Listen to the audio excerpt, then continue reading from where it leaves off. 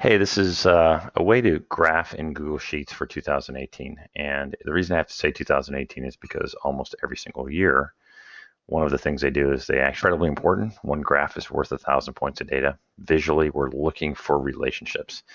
99.9% of the time in science, it will always be with the XY type of graph. Now, what you know as what they call as a line graph in um, Science, or actually in Google Sheets and in Excel, they call it XY scatter.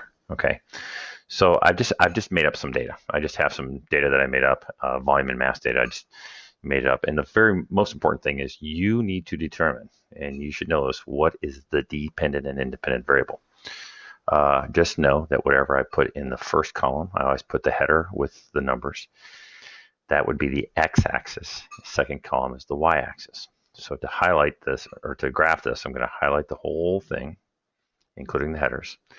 I'm then going to, just to make it look nice, you don't have to do this, but I like to do it.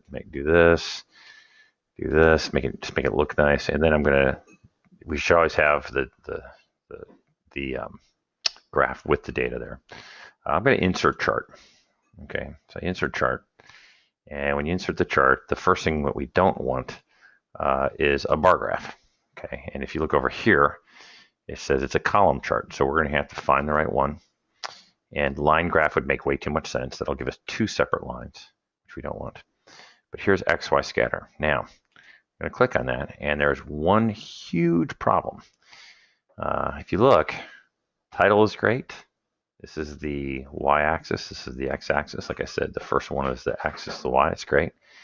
Looks like we're getting everything great. And then this is way up here. And if you look, it looks like these are the same divisions. Each of these count for 1, right? And then the same space here, it counts for 5. That's really, really bad graphing. So we need to fix that. Okay, so to fix that, you go to Customize. And that's dealing with the horizontal axis. Now the y-axis, for whatever reason, doesn't do that, which is fine. It goes 5, 10, 15, 20.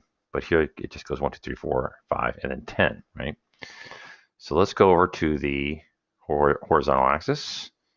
And what it's doing, it says it's treating this as a label. We don't want that. So get rid of it. That looks a lot better. Okay. So now we can deal with it. And now probably the most important part is we want quantifiable data, and you have to make sure.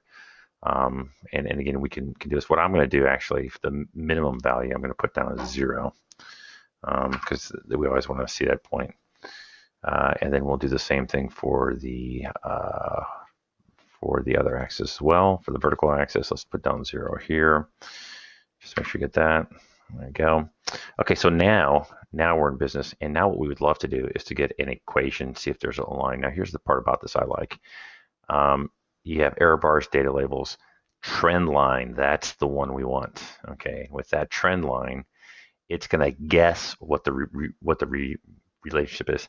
This one is pretty simple because it looks like it's a line, so it says, hey, it's a line. However, you can change it, right? We can change it to polynomial or anyone, but this is really a line, so let's just keep it linear. The next thing that we want is we need information.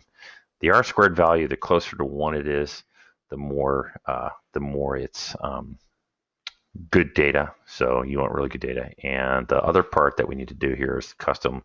Use that equation. What's that equation? There it is. Yeah, that's slope. That's really, really important.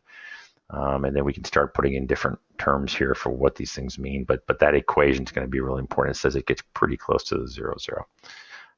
And that really, and if I were to print this, here's what I would want it to look like. This is pretty good. It's taking up as much paper as possible. I've got data. I've got the graph. Probably want to put my names on it someplace. You got to have that to make sure you insert that someplace.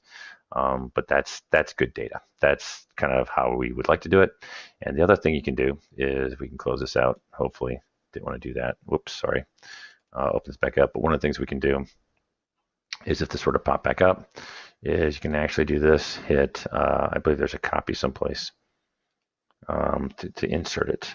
Chart area, resize chart. Yeah, it's got all these things. So I believe, and if you want to, for the Chromebook, I think it's just Control N, or I can try to do that. But basically, we can copy it. There's a way to copy the graph. So hit File and just hit like Edit. Yeah, we can copy it, and then you can paste it into other things. That's it. Okay, great. So, and actually, though, what I would do if you're not sure about this, use the Vernier. That works really great too. Vernier graphical analysis is a Chrome app.